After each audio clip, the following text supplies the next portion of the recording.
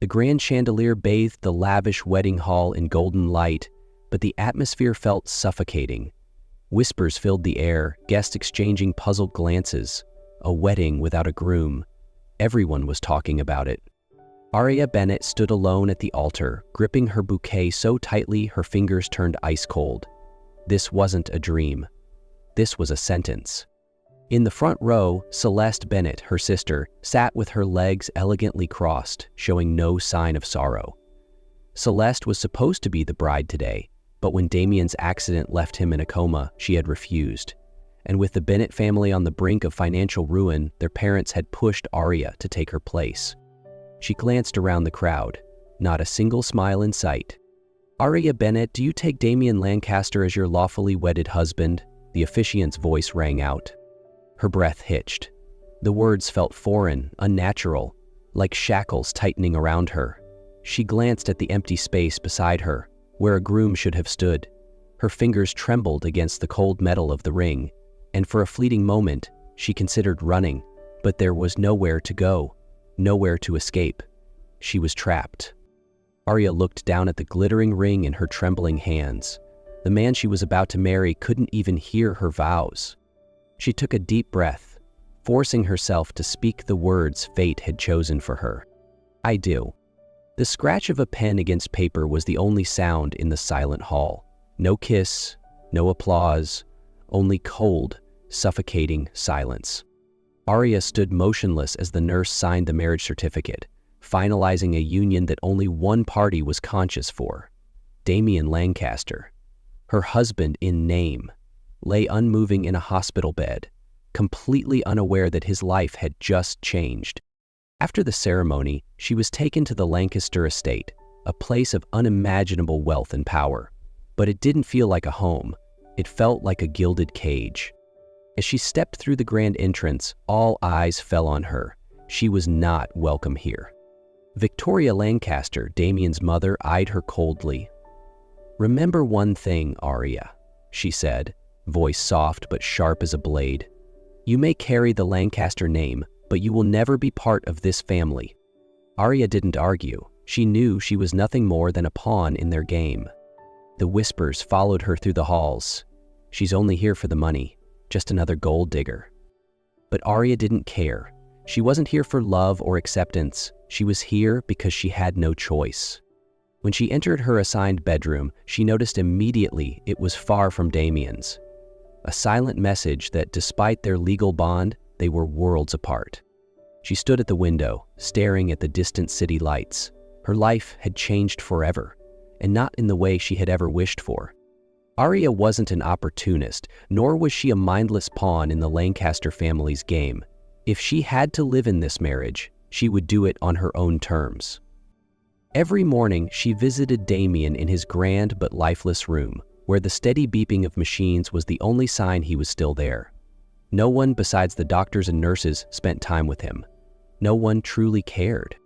She sat beside his bed, gently taking his motionless hand. "Good morning, Damien," she whispered, knowing he couldn't hear her. "How are you feeling today?" No response, only silence. But Aria didn't give up. Every day, she read to him, adjusted his pillows, ensured the nurses followed the correct procedures. She brought fresh flowers into his room, trying to make it feel less like a tomb. At first, the household staff scoffed at her, but slowly, the whispers began to change. "I thought she was just here for the money, but she actually takes care of him. Maybe she's not as heartless as we assumed." One evening, while searching for a book in the mansion's vast library, Aria stumbled upon a locked drawer in Damien's study. Curious, she searched for a key but found nothing. Instinct told her something important was hidden inside. After a moment of hesitation, she used a hairpin to pick the lock. The drawer slid open, revealing a thick folder. It was an investigative report on Damien's accident. A report that the Lancaster family had commissioned from a private investigator shortly after the incident. As she flipped through the pages, her breath caught in her throat. The crash hadn't been an accident. The records showed Damien's brakes had been deliberately tampered with. And the worst part? The Lancaster family had covered it up. Why? Who was hiding the truth? And more importantly, Who had tried to kill her husband? Arya couldn't sleep. After discovering the investigative report, questions consumed her mind. If the Lancaster family had known the truth from the start, why hadn't they done anything? Who was behind the accident? And why did they want Damien dead? She sat beside Damien's bed, gazing at his peaceful but lifeless face. "Who did this to you?" she whispered. She didn't expect an answer, but at that moment, his finger twitched. Her heart stopped. She held her breath, waiting, but nothing else happened. Had she imagined it? The next day, she couldn't focus. The image of Damien's hand moving haunted her. The soft patter of rain against the window blended with the steady rhythm of Damien's breathing. The room was bathed in its usual silence, the kind of silence Arya had grown used to over the past few weeks. She sat in the chair beside his bed, a book open in her lap, though her mind was elsewhere. The doctor had said Damien could wake up at any time, but days had passed and he remained still. She sighed, reaching for the glass of water on the nightstand. And then she froze. His finger twitched. Her heart stopped. She stared at his hand, waiting for another sign. But nothing happened. She bit her lip. Did I imagine that? The next morning, she couldn't shake the uneasy feeling, and that night, as she sat by his bed reading, it happened again. His eyelashes fluttered. She shot to her feet, rushing out the door. "Get the doctor, now!" Within the hour, Dr. Whitmore arrived, accompanied by the entire Lancaster family. The once quiet room was now thick with tension. 1 second, 2 seconds, then Damien's eyelids slowly lifted. Arya held her breath. He blinked a few times, his unfocused gaze scanning the room before landing on her. She reached for his hand, voice trembling. "Damien?" He looked at her, those deep blue eyes searching, but empty. "Who are you?" he rasped. Arya's breath caught. The doctor confirmed what she had feared most. Damien had lost his memory. He didn't remember the accident, his family, and worst of all, he didn't remember her. The Lancasters, instead of acknowledging Arya, only breathed sighs of relief that Damien was awake. And as soon as the news spread, Celeste Bennett returned, tears glistening in her eyes, playing the role of the heartbroken fiancé, as if she had never abandoned him. From the moment Damien opened his eyes, Celeste wasted no time. She clung to him, tears streaming down her face, weaving tales of a passionate love they had shared. She painted a perfect story, a deep romance, a promised future, a life that should have been filled with happiness, if not for the accident. Arya stood quietly in the corner, pushed aside like an outsider. Damien had no reason to doubt Celeste. He remembered nothing, and when Celeste turned to Arya, her voice dripping with false sympathy, "Thank you for taking care of Damien while he was recovering, but now he has me." Arya didn't respond. She knew arguing wouldn't change anything. Instead of trying to force Damien to remember, she chose to stand by his side silently. In the days that followed, Arya continued to help him recover. She never spoke about the past, never pressured him to recall forgotten memories. She simply helped him move forward. Whenever Damien grew frustrated with the grueling physical therapy, Arya stood beside him, not pushing, not pitying, just present. Whenever he lashed out in irritation, struggling to remember things that should have been familiar, she listened, without judgment. And little by little, Damien started to trust her. One afternoon, as they walked through the garden, his first time outside since waking up, Damien suddenly asked, "Why don't you ever talk about the past?" Arya paused. She looked into his deep blue eyes, filled with too many questions. After a long silence, she softly replied, "Because it's not who you were that matters, but who you choose to be now." Damien didn't know how to respond, but that single sentence made him start questioning everything Celeste had told him. Arya couldn't let this end here. She knew Damien's accident hadn't been an accident, but the Lancaster family had buried the investigation not because they were guilty, but because reputation mattered more than truth. At first, when the crash happened, they had hired a private investigator, but when the evidence pointed toward someone within their own circle, they chose to stay silent. If Damien never woke up, the truth would remain buried forever. But now he was awake, and Arya wouldn't let the past be erased. For nights, she searched tirelessly, following financial trails and hidden reports. And then she found it. A large transaction made to an auto repair shop just days before the accident. The sender? Celeste Bennett. The garage sat on the outskirts of the city, hidden down a deserted street. The air reeked of oil and burning metal. The man behind the counter, a grizzled mechanic, eyed her warily. "What do you need?" Arya placed the documents on the counter. "I want to know who paid you this money." He glanced at the numbers, his expression shifting. "I don't know what you're talking about." Arya clenched her fists. It was Celeste Bennett, wasn't it? His jaw tightened, a moment of hesitation, then he exhaled. "I don't know who you are, lady, but you shouldn't get involved in this." "Celeste hired you to sabotage Damien's brakes?" Silence. Then finally, he nodded.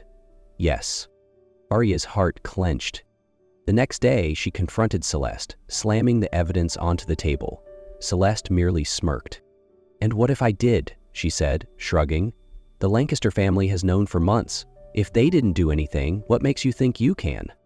But the truth always found a way to surface. That night, during the grand celebration, Damien suddenly tensed. A sharp pain pierced through his temple. And then he remembered. He remembered Celeste standing in the distance, watching with a satisfied smile. Everything became clear. He stood, raising his glass. The room fell into silence. "I remember everything." He remembered everything. He remembered leaving the engagement party, the screech of his tires as he lost control, and most importantly, he remembered Celeste. She had been standing on the sidewalk, arms crossed, her eyes cold and unfeeling as she watched his car spiral out of control. No panic, no fear, just satisfaction. Slowly, Damien turned to face her, his voice raw with betrayal. "You did this," he said, each word heavy with anger. "You tried to kill me." Celeste stiffened, but only for a moment. Then she smirked, her voice dripping with amusement. "Oh, Damien." Her voice wavered between a smirk and desperation. "Don't you get it? Everything you own should have been mine. You were supposed to die." Gasps rippled through the crowd. Celeste's composure cracked. She whirled toward Victoria Lancaster, her voice rising. "You knew, didn't you? You all knew. And yet you stood there, pretending I was your perfect choice." The Lancaster family gasped in shock. Victoria Lancaster, Damien's mother, stepped forward, her voice ice cold. "Celeste, from this moment on, you are no longer part of this family. Get out." Celeste turned to her own parents, but they merely shook their heads in disappointment. "We have no daughter," her father said flatly. For the first time, fear flickered in Celeste's eyes. She had lost everything. After Celeste was gone, the atmosphere in the Lancaster estate shifted completely. No more whispers of doubt, no more cold stares. Arya continued to care for Damien, but this time, it wasn't out of duty. She helped him take slow, steady steps, patiently staying by his side whenever frustration took over. She listened not just to his words, but to everything he couldn't say. And Damien changed too. He began to notice the little things about her, the way she bit her lip when nervous, the way she gently squeezed his hand for encouragement, the way her eyes lit up when she spoke about books. Every time he looked at her, a strange sense of familiarity stirred inside him. Not from his lost memories, but from his heart. Even the household staff noticed. She's not an opportunist like we thought. She actually cares about him. Victoria Lancaster, who had once dismissed Arya, began to see her differently. One evening, as Arya helped Damien walk down the hall, Victoria watched them from afar. For the first time, she didn't see a helpless girl or an intruder, but a woman of quiet strength and unwavering devotion. And finally, she admitted to herself. She didn't just save Damien, she changed him. As the days passed, the love between Arya and Damien grew, not through grand gestures, but through small, quiet moments. They often sat together in the Lancaster estate's rose garden, Arya reading aloud to Damien, her soft voice blending with the breeze. Damien no longer listened just to the words on the page. He listened to her. One afternoon, as the golden sunlight filtered through the flowers, Arya was lost in her book, completely unaware of the way Damien's gaze lingered on her. And then, without warning, he reached out, gently tilting her chin up. She blinked in surprise, but before she could speak, his lips met hers. A soft, fleeting kiss, but one that sent her heart racing. Their love didn't come like a storm. It came like the morning sun, rising slowly but inevitably. A few weeks later, the Lancaster family hosted a grand party. No more doubts, no more distance. Under the warm glow of chandeliers, amidst laughter and celebration, Damien suddenly stood up and took Arya's hand in front of everyone. She gasped as he dropped to one knee. "Arya Bennett, for the first time, I am not bound by duty. For the first time, I am not being forced into anything. And for the first time in my life, I know exactly what I want." He opened a small velvet box, revealing a dazzling ring. "I want you. Will you marry me?" Tears welled in Arya's eyes, but there was no hesitation. "Yes." Applause erupted around them, and this time, it was a blessing, not an obligation. The wedding day finally arrived. This time, Damien stood at the end of the aisle, waiting for Arya. Not as an unconscious groom, not as part of a forced arrangement, but as a man eagerly waiting for the woman he loved. Arya walked down the aisle in a stunning white gown, her eyes shimmering with happiness. No fear, no uncertainty, only love. The ceremony was filled with warmth, surrounded by genuine blessings from family and friends, but the most touching moment came when Damien took Arya's hands and spoke from the heart. He gazed into her eyes, his voice steady yet filled with emotion. "Arya, I may never remember our past, but that doesn't matter anymore, because I will spend my life creating new memories with you. Thank you for standing by me when I was at my weakest. Thank you for believing in me when I couldn't even believe in myself. And most of all, thank you for loving me."